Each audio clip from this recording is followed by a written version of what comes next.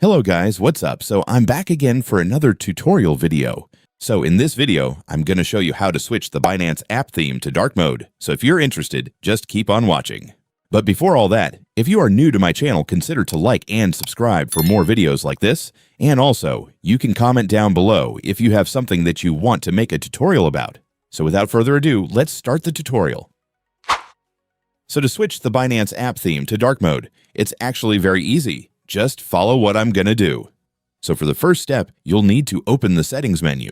To do that, just click this settings button located at the bottom left corner of the Binance app. And after clicking it, in some versions of Binance, you can immediately change the theme right here. If you see the theme option, simply use the toggle button to switch between light mode and dark mode. So if you want to enable dark mode, just toggle it on and the app theme will instantly change. However, if you don't see the theme option here, don't worry. You can also go to System Settings. And here in System Settings, you'll find another option that allows you to switch between light mode and dark mode as well. So just select dark mode if that's what you prefer. And also, while you're here, you can also check out the Trade Preferences section.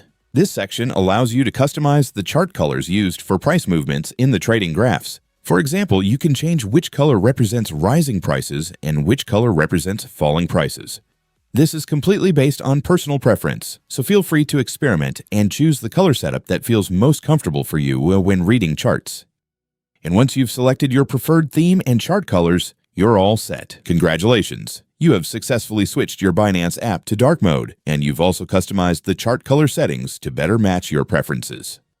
And so that's just how you do it, guys. Now that you've watched this video, you can now do it yourself. So that concludes for our tutorial video for today. Thanks for watching. Goodbye.